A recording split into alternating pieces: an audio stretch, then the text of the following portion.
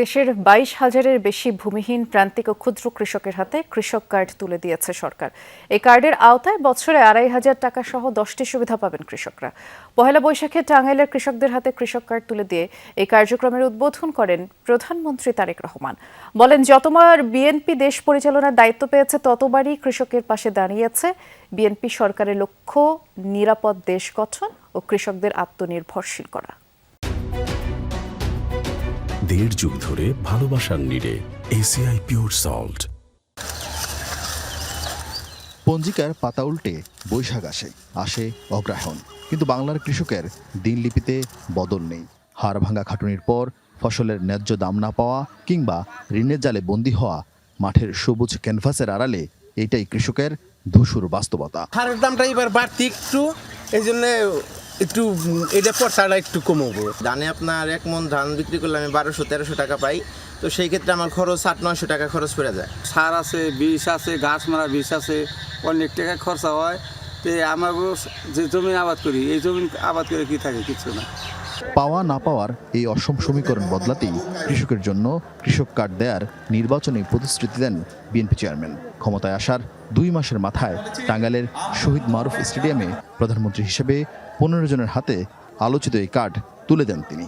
সার দিব, সরকারে বীজ দিব। উপকার দেখা যায় যে আমি সার কিনতে গেলাম, কিছু টাকা কম রাখলো, এটাই উপকার আমাদের আর কি। হয়তো কৃষি কার্ডে যদি টাকা পয়সা যাই কিছু দেখ, আমরা কৃষি কাজে খরচ করবো, নিজের অর্থটা খাবো। বিএনপি সরকার, মাননীয় প্রধানমন্ত্রী আমাদের কাজের সম্মান দিচ্ছেন। আমরা স্বপ্ন ধারণা করছিলাম না যে আমরা তার কাছ থেকে কৃষি কার্ড পাবো বা কৃষি উন্নয়ন হয়তো হবো। এর উন্নয়ন হয়েছে, আমরা তাদের ধন্যবাদ। প্রাক পাইলটিং পর্যায়ে 10 জেলার 11টি উপজেলায় একযোগে 5 শ্রেণীর কৃষক ও মৎস্য চাষী, দুগ্ধ খামারি সহ 12,000-এর বেশি মানুষ পেয়েছেন কৃষক কার্ড। উদ্বোধনের পরপরই তাদের ব্যাংক অ্যাকাউন্টে চলে যায় 2,500 টাকা। প্রধানমন্ত্রী বলেন, তার সরকার মানুষের ভোটের প্রতিদান দিতে চায়। আপনাদের ভোটে নির্বাচিত বর্তমান সরকারের লক্ষ্যই হচ্ছে কৃষককে আত্মনির্ভরশীল হিসাবে গড়ে তোলা, কৃষককে সচ্ছল হিসাবে গড়ে তোলা। সেই জন্যই এই কৃষক কার্ড আমরা দিয়েছি। একমাত্র বিএনপি সরকার যতবার এই দেশ পরিচালনার সুযোগ পেয়েছে, বিএনপি সরকারই চেষ্টা করেছে কৃষক ভাই বোনদের পাশে দাঁড়ানোর জন্য।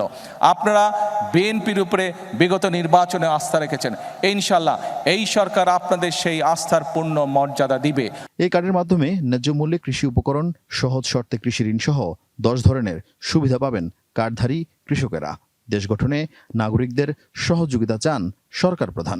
আমরা দেখতে চাই এই দেশের মানুষ নিরাপদে এই দেশে বসবাস করছে, এই দেশের মানুষ, এই দেশের সন্তানেরা এই দেশেই বড় হচ্ছে, স্বাচ্ছন্দ্যে বড় হচ্ছে, খেয়ে পড়ে ব্যবসা বাণিজ্য চাকরি বাকরি করে নিরাপত্তার সাথে বড় হচ্ছে।